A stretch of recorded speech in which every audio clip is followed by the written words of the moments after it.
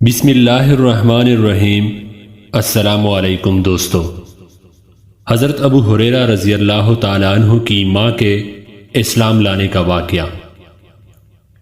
سیدنا حضرت ابو ہریرہ رضی اللہ تعالیٰ عنہ خود دولت اسلام سے بہرور ہو گئے تو ان کو فکر ہوئی کہ اپنی بوڑھی ماں کو بھی اس سعادت میں شریک کروں، مگر وہ برابر انکار کرتی رہی۔ ایک دن حسب معمول ان کو اسلام کی دعوت دی تو انہوں نے شان نبوت میں کچھ ناروا الفاظ استعمال کیے۔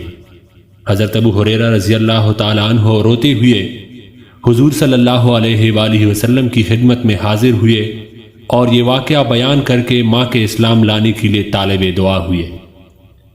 رحمت عالم صلی اللہ علیہ وآلہ وسلم نے دعا فرمائی کہ یا اللہ ابو ہریرہ کی ماں کو اسلام کی ہدایت دے۔ واپس ہوئے تو دعا قبول ہو چکی تھی۔ والدہ اسلام قبول کرنے کے لیے نہاد ہو کر تیار ہو رہی تھی۔ جیسی ہی ابو ہریرہ رضی اللہ تعالیٰ عنہ گھر پہنچے تو ماں نے پڑھا کہ اشہد اللہ الہ الا اللہ و اشہد ان محمدًا عبدہ و رسولہ۔ حضرت ابو ہریرہ رضی اللہ تعالیٰ عنہ اپنی والدہ سے یہ الفاظ سنتی ہی فوراً الٹے پاؤں فرتے مسرت روتے ہوئے شان نبی صلی اللہ علیہ وآلہ وسلم پر حاضر ہوئے اور عرض کیا کہ یا رسول اللہ صلی اللہ علیہ وآلہ وسلم، بشارت ہو، آپ کی دعا قبول ہوئی، خدا نے میری ماں کو اسلام کی ہدایت بخش دی۔